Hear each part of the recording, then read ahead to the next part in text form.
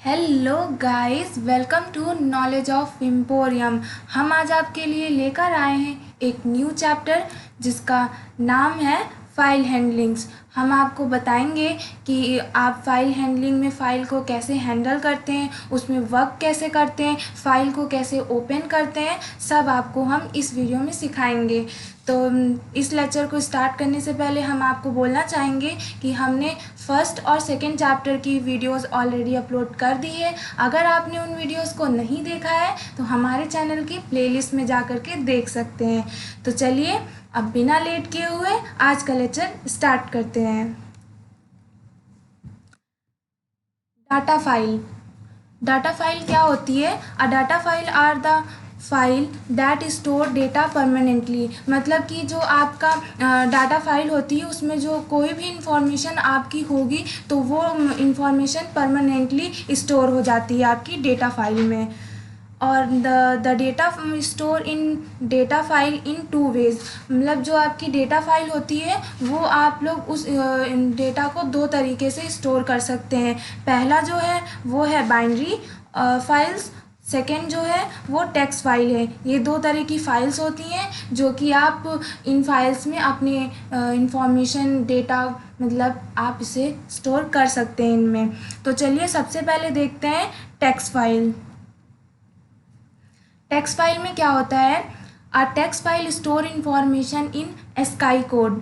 जो हमारी text file होती है वो हमारी स्काई कोड में इंफॉर्मेशन को स्टोर करती है। आपने स्काई कोड क्लास 11th में टेबल इसकी पढ़ी होगी, आप जानते हैं कि स्काई कोड क्या है। अगर आप भूल गए हैं तो हमें बता दीजिएगा, हम आपको अलग से इसकी वीडियो बना करके बता देंगे कि स्काई कोड क्या होता है।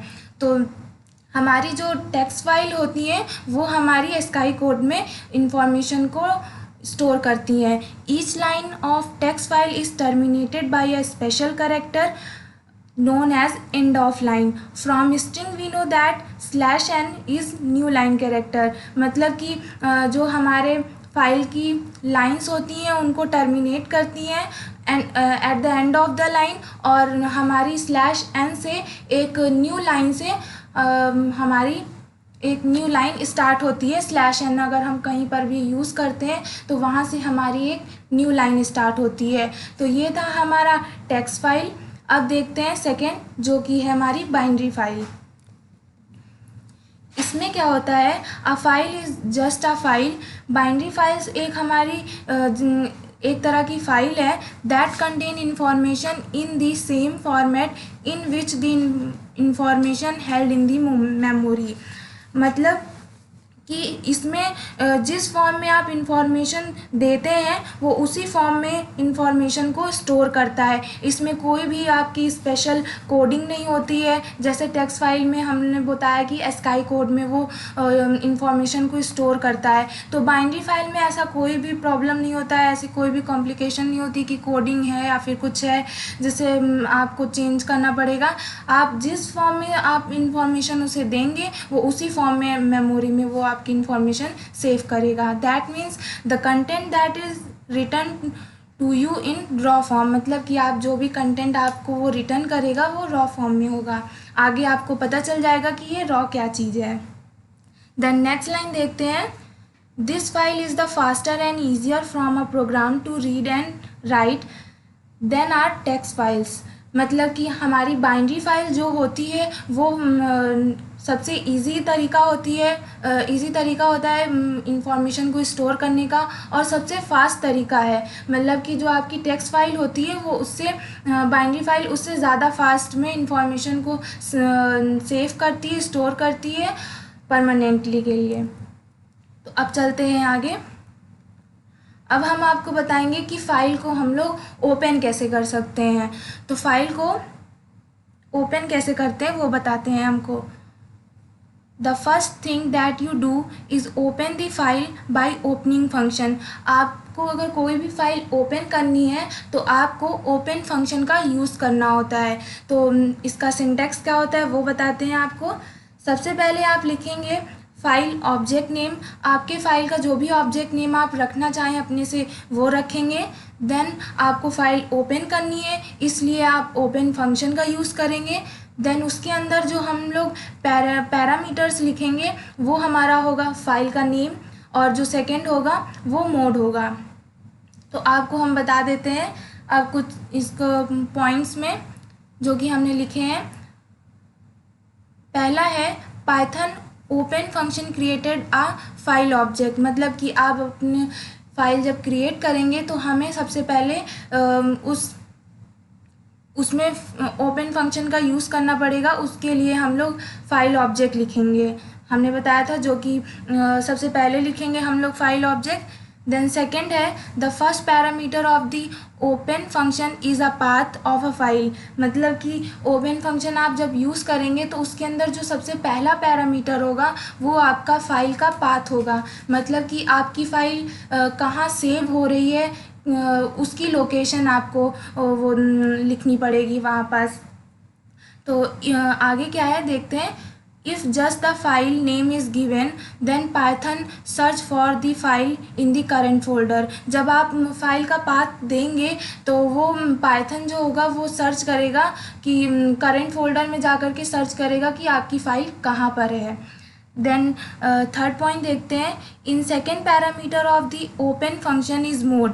पहला हमने आपको बताया कि जो पहला पैरामीटर होगा वो आपका होगा पाथ ऑफ द फाइल, और जो सेकेंड पैरामीटर होगा वो आपका मोड होगा। मोड क्या होते हैं? मोड देयर आर 3 टाइप्स के मोड होते हैं, जो कि पहला है रीड, सेकेंड है राइट, थर्ड है अपेंड। इसमें क्या होता है कि अगर आपको फाइल को रीड कराना है, मतलब कि आपकी फ़ाइल में क्या लिखा हुआ है आप उसे पढ़ना चाह रहे हैं, तो आप रीड फंक्शन का यूज़ करेंगे। तो रीड फंक्शन का यूज़ करेंगे तो उसका सिंबल लिखने का जो होता है वो केवल होता है आर, और उसे आप स्ट्रिंग के अंदर लिखेंगे। देन अगर आप अपनी फ़ाइल में कुछ लिखना चाहते हैं तो आप राइट का यूज़ करेंगे, राइट फंक्शन का यूज़ करेंगे। तो उसका जो सिंबल होता है वो डब्लू होता है, फर्स्ट लेटर डब्लू है, इसलिए फर्स्ट लेटर का यूज़ करेंगे, वो भी स्ट्रिंग के अंदर। और थर्ड है अपेंड। आपने ये सब 11th में पढ़ा है इसलिए आपको पता होगा अपेंड क्या है, लेकिन हम बताते हैं कि क्या होता है अपेंड। अपेंड होता है कि अगर आपकी फ़ाइल बनी हुई है लेकिन आपको लगता है इस फाइल में हमें कुछ ऐड करना है, कुछ जोड़ना है, एक्स्ट्रा कुछ लिखना है आपको, तब आप अपेंड फंक्शन का यूज़ करते हैं। तो इसका जो सिंबल होता है वो पहला लेटर होता है ए, इसे भी आप स्ट्रिंग के अंदर लिखते हैं। तो ये 3 टाइप्स के मोड होते हैं जो कि आप फाइल को ओपन करने में सेकेंड पैरामीटर में मोड का यूज़ करते हैं। देन अब आगे देखते हैं क्या है। फॉर एग्ज़ाम्पल हम आपको उसका एग्ज़ाम्पल बता देते हैं। जैसे कि आप देख रहे हैं कि हमने लिया है x equals to open function then C:\temp and /game.txt and comma करके मोड लिखा है r। तो जो हमारा यहाँ पास x है वो हमारा क्या है? फाइल ऑब्जेक्ट क्रिएटेड, और हम लोग इसे और क्या बोल सकते हैं? फाइल हैंडल, मतलब कि हमारा जो x है वो हमारा एक तरह का फाइल हैंडल है, फाइल को हैंडल कर रहा है। देन हमने फाइल को ओपन करना है इसलिए हमने ओपन फंक्शन का यूज़ किया है। देन हमने ओपन फंक्शन के अंदर जो पैरामीटर लिखा है पहला वो हमारा है पाथ ऑफ द फाइल, मतलब कि ये जो पूरा कोटेंट के अंदर लिखा हुआ है आपका ये आपका पूरा पाथ ऑफ द फाइल है, आपकी फ़ाइल कहाँ सेव होगी वो है। और जो मैंने यहाँ पास game.text लिखा हुआ है ये आपका फ़ाइल का नेम है गेम।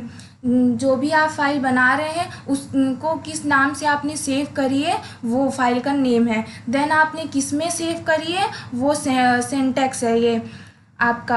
और देन हमने सेकेंड जो पैरामीटर लिखा है वो मोड है हमारा। हमने आपको बताया 3 तरह के मोड होते हैं, पहला राइट, रीड, सेकेंड रिटर्न और थर्ड अपेंड। तो हमने इसमें आर लिखा है तो मतलब हमने अपनी फाइल में इसको रीड कराया है। तो ये था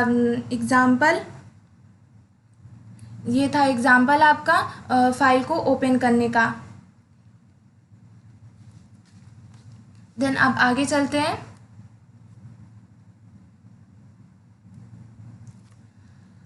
to ways types of written path names. आपको हमने अभी बताया कि यहाँ पास जो आप फाइल का पाथ लिखते हैं, इस पाथ को आप दो तरीके से लिख सकते हैं। तो हम आपको बताते हैं वो दो तरीके कौन से हैं।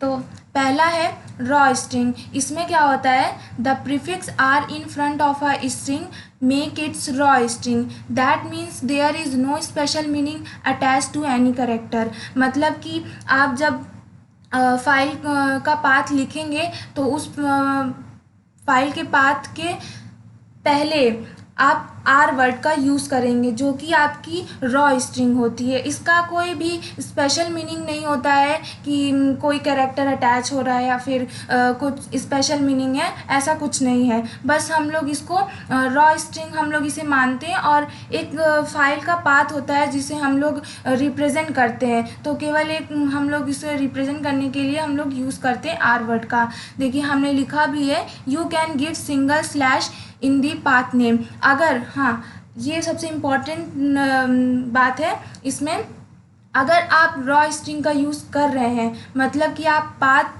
फाइल पाथ के आगे आर लिख रहे हैं, तो आप फाइल के पाथ के अंदर जो ये स्लैश लगा हुआ है, यहाँ पर आप ये स्लैश सिंगल ही लगाएंगे। हमने देखिए आगे वाले में देखिए हमने एग्जाम्पल में यहाँ डबल स्लैश लगाया हुआ है, ये देखिए यहाँ पास डबल स्लैश यूज़ किया है और यहाँ डबल स्लैश यूज़ किया है। लेकिन अगर जब आप रॉ स्ट्रिंग का यूज़ करेंगे, जब आप आर लगाएंगे तब आप सिंगल लगाइएगा स्लैश। ध्यान रखिएगा, ये बहुत इम्पॉर्टेंट बात है। अब देखते हैं सेकंड तरीका कौन सा है पाथ को लिखने का। तो सेकंड मेथड है जो कि है डबल स्लैश। हमने बताया इसमें क्या होता है, the slash in the path are double. जो आप पाथ लिख रहे हैं उसमें आप डबल स्लैश लगाएंगे। This is because of this slash has special meaning and to suppress that meaning escape sequence for slash that is the double slash is given. मतलब कि आपका ये है कि स्पेशल मीनिंग इसका जो होता है से बचने के लिए हम लोग डबल स्लैश का यूज़ करते हैं। मतलब कि यहाँ पास आपको हमने देखिए बताया था कि अगर आप रॉ स्ट्रिंग का यूज़ नहीं करते हैं तो आपको डबल स्लैश लगाना पड़ेगा। इसलिए आपने अगर आर नहीं लगाया यहाँ तो आप डबल स्लैश यहाँ यूज़ करेंगे।